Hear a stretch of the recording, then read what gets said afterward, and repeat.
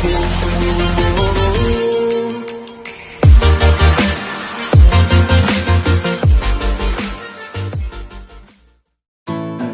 lagi bersama kami di Beyond Education Podcast bersama Pak Doni. Halo semuanya. Selamat pagi dan selamat semangat. Nih kita memang pagi-pagi memang kadang-kadang ya Pak, kadang-kadang pagi-pagi itu bangun gitu, tapi kita nggak semangat. Itu kira-kira karena apa sih Pak? Karena malas. Kalau malas ngapain bahas bangun pagi gitu Pak? Ya, bangun pagi, tidur lagi. Gitu. Oke, pada hari ini kita akan membicarakan sesuatu yang memang benar-benar ini ya sangat dipopulerkan dalam dunia kehidupan. Yeah. Gitu, karena ini adalah salah satu dasar dari kehidupan atau dasar dari setiap aktivitas yang dimana bisa dilakukan kepada orang dewasa, kepada anak, kepada juga kita sebagai pendengar gitu. Jadi kita akan membahas tentang masalah coaching, Pak ya. Iya. Oke. Kita akan bicara mengenai coaching. Oke, seperti pembahasan sebelumnya, coaching itu memang kemarin waktu itu kita bahas ada di dunia pendidikan ya, Pak. Iya, coaching ada di dunia pendidikan. Dan ternyata coaching itu sangat penting gitu, dan kita nggak tahu bahwa coaching itu kan bahasa yang asing dalam dunia pendidikan gitu kan. Dan ternyata ketika kita gali lagi, coaching itu kok jadi butuh dalam dunia pendidikan itu. Dan tidak bisa ditawar-tawar gitu, harus ada coaching gitu kan. Nah sekarang gini Pak, sekarang banyak nih anak-anak yang misalnya dalam coaching kan ada menentukan goal Pak tuh. Iya, menentukan goal. Nah, anak-anak cita-cita. Sebenarnya apa sih yang harus anak-anak lakukan sebelum menentukan goals itu Pak? Ya, baik. Memang di dunia coaching pasti setiap anak itu kita akan gali potensinya ya. Betul. Nah, kita akan berusaha agar anak ini dapat mengetahui tujuan kehidupannya apa, mengapa dia dilahirkan di muka bumi ini, dia harus ngapain di dunia ini. Nah, tapi kadang anak memiliki kesulitan untuk menentukan goal atau cita-cita mereka.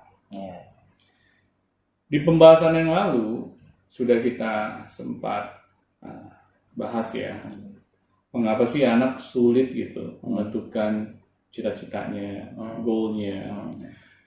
Karena memang jarang ditanyakan. Iya, salah satunya itu Pak ya. Oleh orang-orang terdekatnya, oleh orang sekitarnya. Dan ditambah lagi ketika keluarga itu tidak dapat menjadi supporting system yang terbaik buat anak-anaknya. Karena banyak anak yang lahir di dalam keluarga yang, mohon maaf ya, kurang harmonis. Anak sulit bisa memikirkan hal yang terbaik, minimal untuk dirinya dulu deh sendiri.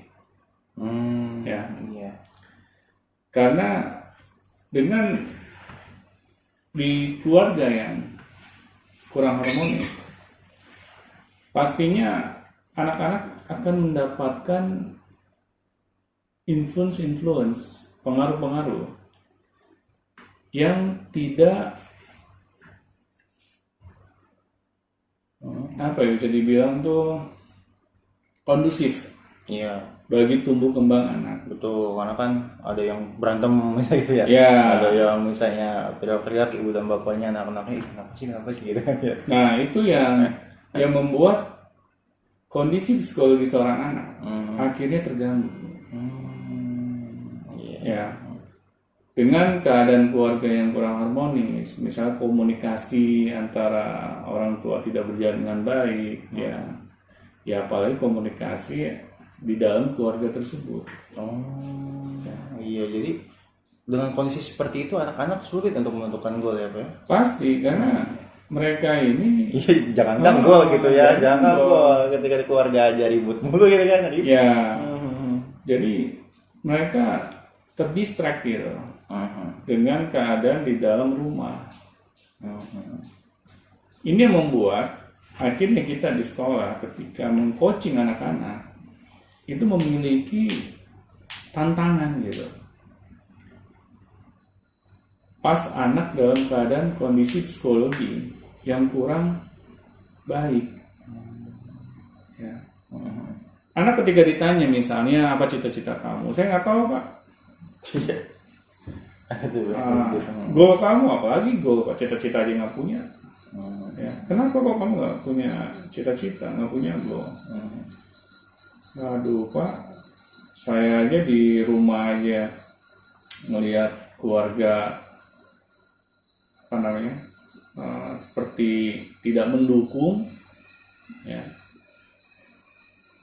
kehidupan saya, ya apalagi saya mikirin cita-cita. Ya. Di sini memang kita harus bisa membuat anak itu memiliki point of view yang berbeda, sudut pandang yang berbeda dengan keadaan yang kurang kondusif yang ada di rumah.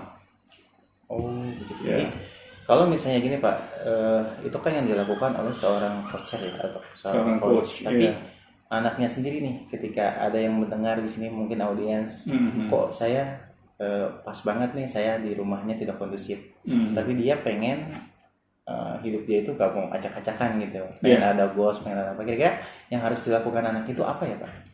Nah itu, anak harus bisa kita ubah sudut pandangnya. Yang tadi dia memandang hal yang negatif, ya, dia setiap hari ini memandang hal yang negatif.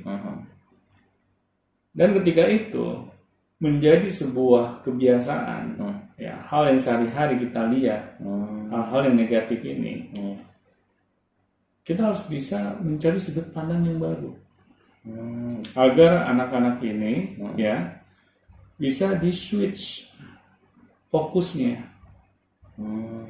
Karena ketika dia terus memandang hal ini dan itu menjadi kewajaran buat dia, ya otomatis dia akan terus menyalahkan keadaan. Oh, berarti kita sebagai coach harus ini ya, harus mengalihkan gitu, membantu anak untuk berusaha mencari poin yang lain. Iya, gitu. mencari sudut pandang yang berbeda, yang lebih positif. Dan ketika coach berhasil memberikan sudut pandang yang lain, bahwa setiap masalah yang ada di dalam kehidupan kamu, setiap hal-hal yang tidak mengenakan di dalam kehidupan kamu, ternyata semuanya itu ada hikmahnya loh. Ya. Di sini akhirnya anak berusaha mencari tahu sisi positifnya apa nih dalam kehidupan saya. Saya selalu bilang ke anak-anak bahwa kehidupan kamu, apapun yang terjadi dalam kehidupan kamu, itu adalah tanggung jawab diri kamu. Ya. Berhasil atau tidaknya kehidupan kamu, itu tanggung jawab 100%. Semuanya berada di tangan kamu. Nah, disinilah akhirnya anak diusahakan dia mendapatkan input yang berbeda, sudut pandang yang berbeda dalam dia melihat kehidupannya dia. Ya. Insya Allah cara berpikirnya juga akan berubah. Kita harus ajak anak untuk mencari hal yang positif di setiap kejadian. Kita harus membuat anak bertanggung jawab terhadap kehidupannya. Karena kalau tidak, ya, misalnya terus berlangsung bertahun-tahun, saya nggak yakin anak ini akan memikirkan masa depannya. Iya. Contoh untuk mengarahkan anak agar bertanggung jawab terhadap kehidupannya seperti apa Pak? Yang simpelnya Pak? Ini yang langsung saya alami ya. Waktu itu si anak dia memiliki cita-cita menjadi seorang penulis, tetapi ayahnya tidak setuju.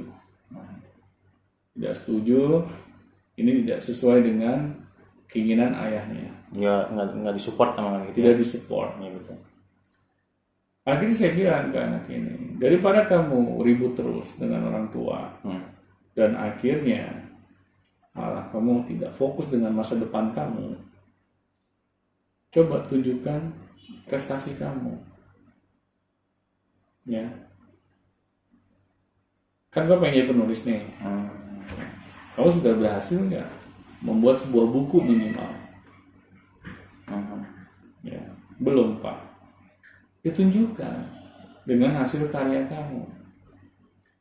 Misalnya buku kamu diterbitkan oleh penerbit dan itu ada di toko buku, kamu ajak orang tua kamu datang ke toko buku, kamu liatin tanpa kamu harus ngasih tahu dulu di awal.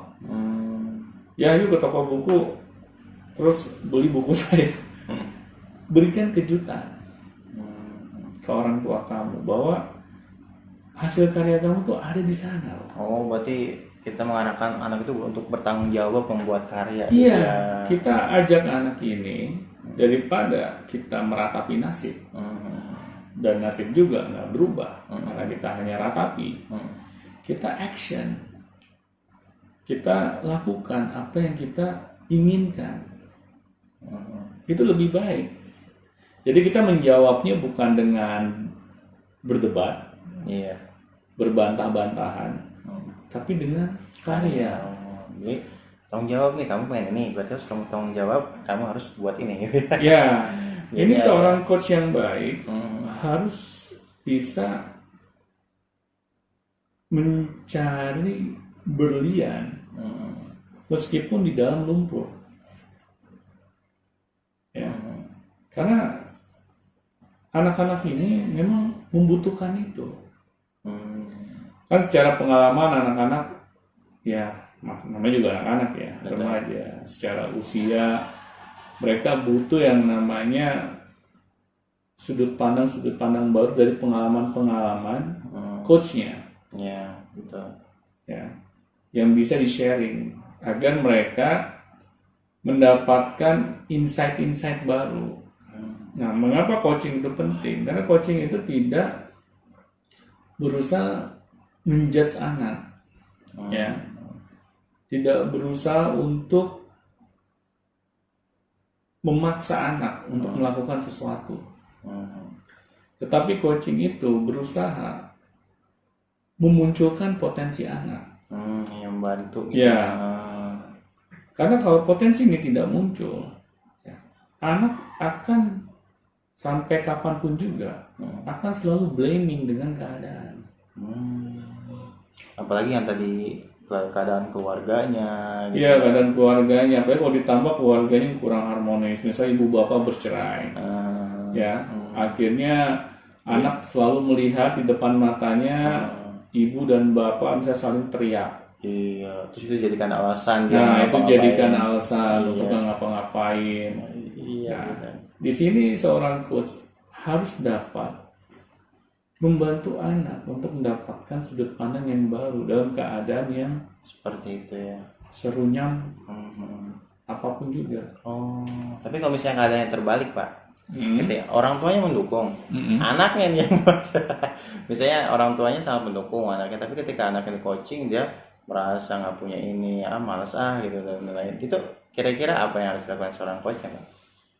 Kalau saya pribadi, ketika orang tua mendukung, saya belum pernah tuh menemukan anak yang tidak memiliki arah. Karena kan seorang anak manusia itu hasil dari pengalaman-pengalaman yang dia miliki sebelumnya. Dan dia memutuskan sesuatu hal itu dari pengalaman yang dia miliki, database yang dia miliki. Kan lucu gitu. Misalnya nih, saya dari lahir keluarga saya harmonis. Ibu bapak saya sangat mendukung. Ya. Terus adik kakak saya juga sama. Kita saling support satu dengan yang lain. Tidak ada iri-irian, tidak ada kebencian. Ya. Kita semuanya menjadi keluarga yang kompak.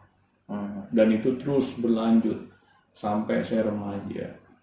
Dan ketika saya remaja, saya tiba-tiba berubah. Berubahnya itu karena kenapa? Karena faktor luar misalnya. Nah, kalau faktor luar, keluarga itu harus bisa menjadi filter. Nah, iya seperti itu. Iya kan? Banyak kan anak remaja kadang-kadang ikut temennya, Benar. ikut ininya, ya kan. Nah, di sini orang tua tidak boleh melepas begitu aja anak. Di dalam tumbuh kembang anak. Misalnya nih anak ketika masih kecil harus terus dibawa asuhan orang tua. Tapi ketika anak remaja dilepas. Oh, berarti harus remaja pun butuh ya. Butuh, tapi caranya jangan kita memperlakukan remaja kayak anak kecil. Ya, misalnya pas remaja disuapin. Ya kan, terus dicebokin kan nggak mungkin. Ya. Iya.